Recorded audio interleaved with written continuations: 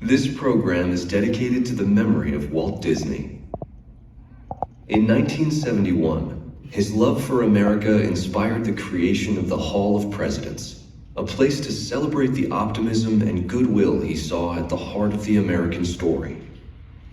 Walt's vision was to honor the nation by honoring the American presidency.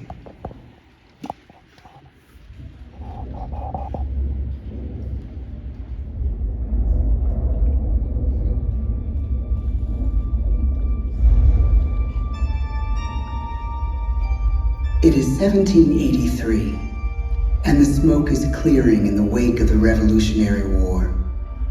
Over the course of 8 grinding years, General George Washington has led a force of shopkeepers, farmers, and Native American allies to victory over the greatest military power in the world. A new nation has been born, independent and free. The founders must form a national government. In 1787, through months of passionate debate, they create a written constitution. For the country's highest office, they imagine something new in the history of the world. A leader not born to power like a king or queen. A leader who has not seized power through conquest. A leader not separate from the people, but elected by the people, from among the people. We, the people. This is a new idea, an American idea. The idea of a president.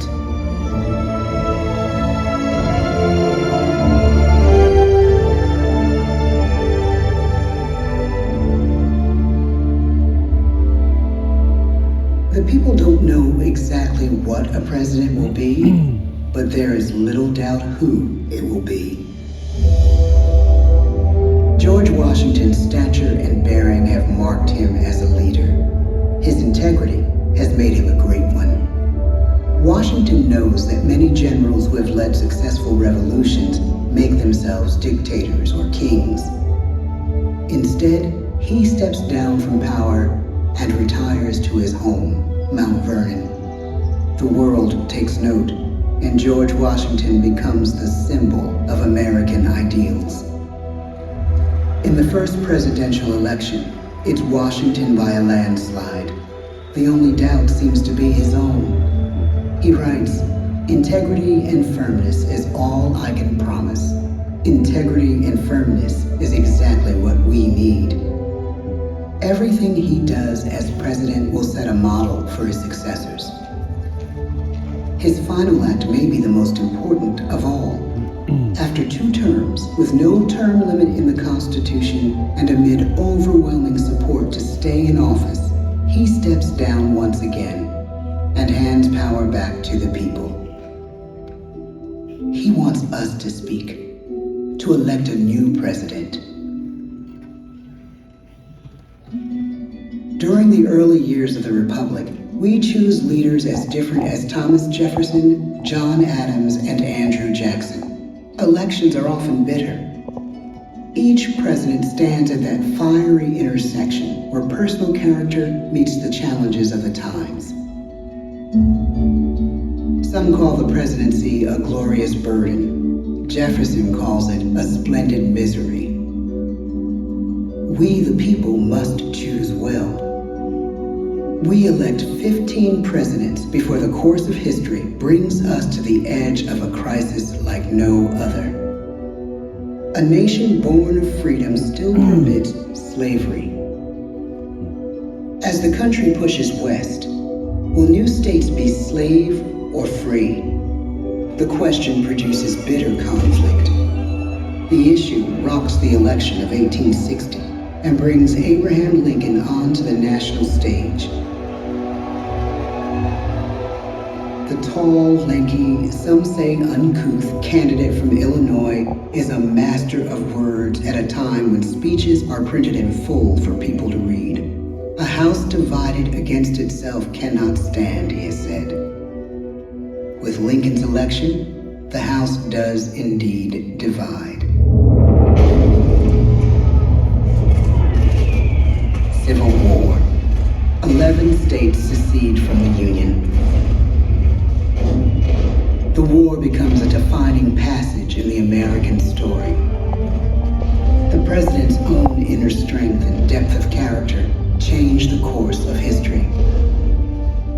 Lincoln had come up the hard way on the American frontier, desperately poor, with less than a year of formal schooling. His early years were scarred by tragedy, the death of his mother, his sister, his first love. He struggles with depression, but never loses his determination to rise above it.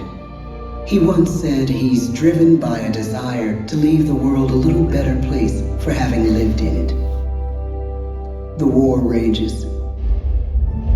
Lincoln fights to preserve the Union and end slavery. Neither is a sure thing. At Gettysburg, Pennsylvania, 6 months after one of the bloodiest battles of the war, the president dedicates a cemetery to the thousands of soldiers who died there, in words we can never forget.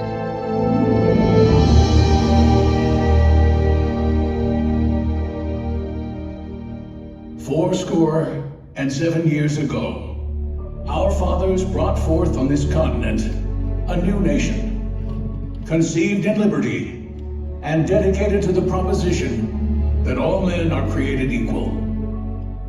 Now we are engaged in a great civil war, testing whether that nation or any nation, so conceived and so dedicated, can long endure. We are met on a great battlefield of that war. We have come to dedicate a portion of that field as a final resting place for those who here gave their lives, that that nation might live. It is altogether fitting and proper that we should do this. But in a larger sense, we cannot dedicate, we cannot consecrate, we cannot hallow this ground. The brave men, living and dead, who struggled here, have consecrated it far above our poor power to add or detract. The world will little note, nor long remember what we say here, but it can never forget what they did here. It is for us, the living, rather, to be dedicated here to the unfinished work which they who fought here have thus far so nobly advanced. It is rather for us to be here dedicated to the great task remaining before us, that from these honored dead we take increased devotion to that cause for which they gave the last full measure of devotion. That we here highly resolve that these dead shall not have died in vain, that this nation, under God, shall have a new birth of freedom, and the government of the people, by the people, for the people, shall not perish from the earth. The blood of over 500,000 Americans is spilled in this Civil War. President Lincoln's enduring hope is to give true meaning to the sacrifices of so many, to lead us to that new birth of freedom. With the end of the war and the end of slavery, a new birth truly begins. As we roll toward the 20th century, settlers roll west on wagon wheels and railroads connect the nation coast to coast. Millions of immigrants pour in from Europe and Asia. Population doubles. Our economy triples. Our standing among nations rises. We need presidents who can lead both at home and abroad. At the same time, a young Theodore Roosevelt is retreating from New York politics and personal tragedy. The death of his wife and his mother on the same day in the same house. In the Badlands of North Dakota, he rethinks his life and the life of his country. He returns stronger in body and spirit. His renewed energy is just what his country needs.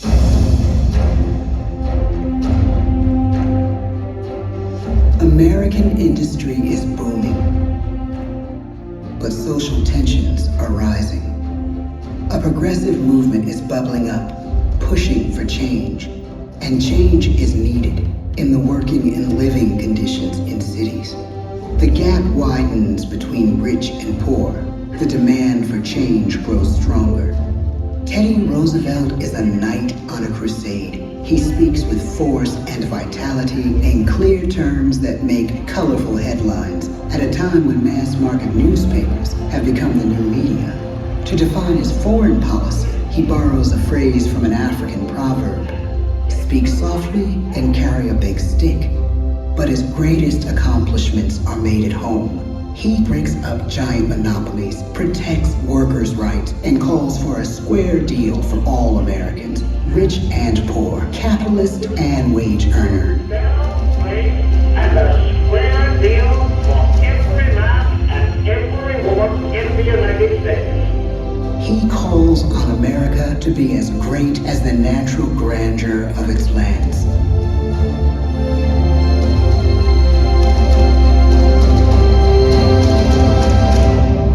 Keep your eyes on the stars and your feet on the ground, he tells us. And we do.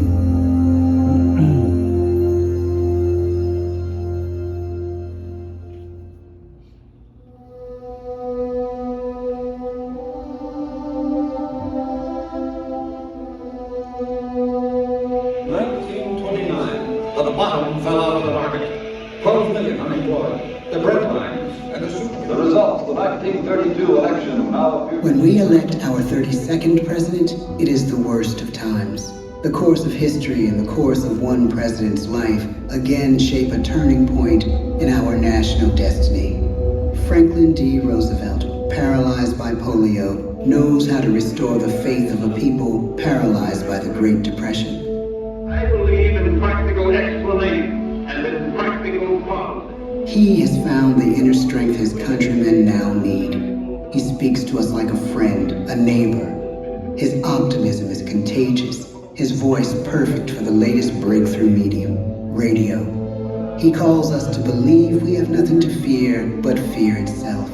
And we do believe. Tonight's attacks on England are perhaps the most widespread of the war in the course of the day. But an even greater challenge dominates his final years in office: the Second World War.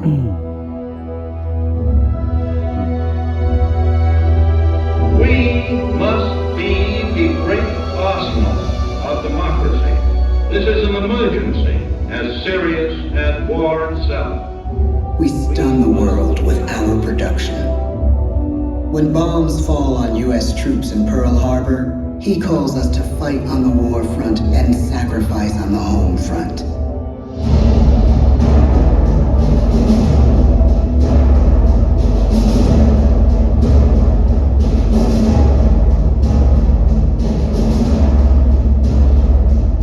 The harder the sacrifice, the more glorious the triumph. So spoke America in the year 1776. So speak Americans today. The world changes. The country changes. And yet, in one sense, what we need most from our presidents has never changed. A guiding vision that calls forth the best that America can be. Will outer space be developed for the benefit of all mankind? Or will it become another focus for the arms race? The choice is urgent, and it is ours to make. Ask not what your country can do for you. Ask what you can do for your country. But really, it's all of us who must overcome the crippling legacy of bigotry and injustice. And we shall overcome. One of the agreements that President Sadat and Prime Minister Begin are signing tonight is entitled A Framework for Peace in the Middle East. Mr. Gorbachev, tear down this wall. You have lost too much, but you have certainly not lost America. I can hear you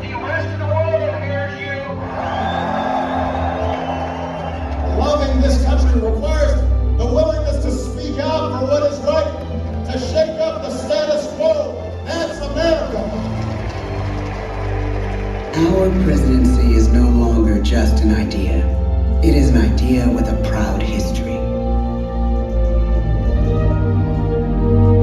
Ladies and gentlemen, the presidents of the United States of America.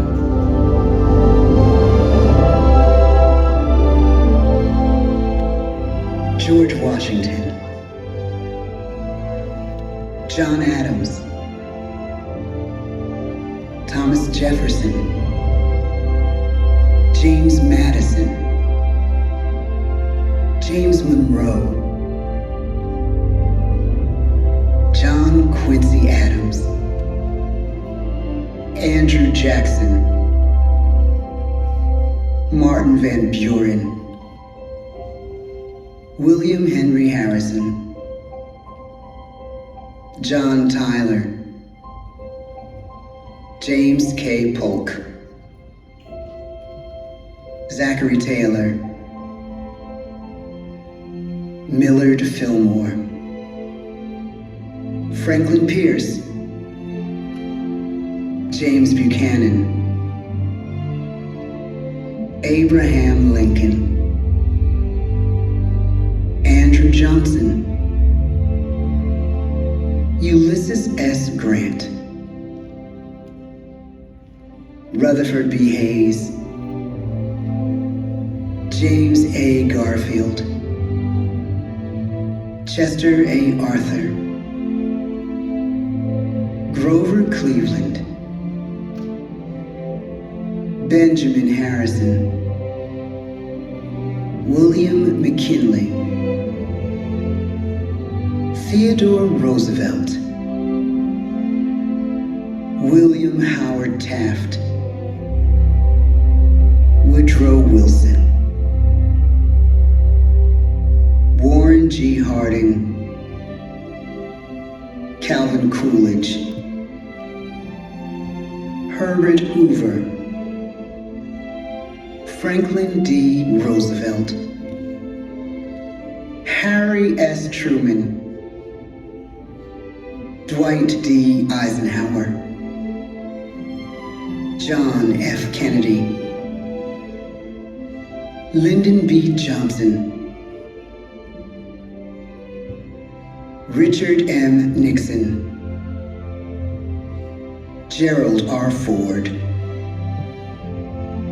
Jimmy Carter, Ronald Reagan, George Bush,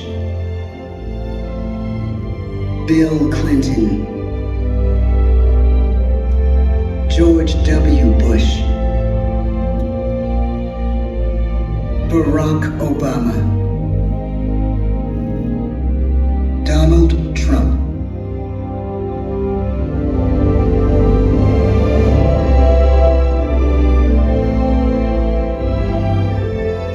And now we come to the present. Once again, we place our trust in the idea of a president, as we have from the beginning. My fellow citizens, no event could have filled me with greater anxieties than that notification on the 14th day of April, 1789, that you had selected me to lead our nation. But it was with the confidence of my fellow citizens that I took an oath. 35 simple words that have been repeated by every American president throughout history. I, Joseph Robinette Biden Jr., do solemnly swear that I will faithfully execute the office of President of the United States, and I will, to the best of my ability, preserve, protect, and defend the Constitution of the United States. So help me God. The presidency of the United States is a role unique in the world, an office entrusted to each president by us, we the people. Therein lies the genius of that new idea, now over 200 years old. A new idea our presidents have turned into a great American idea again and again.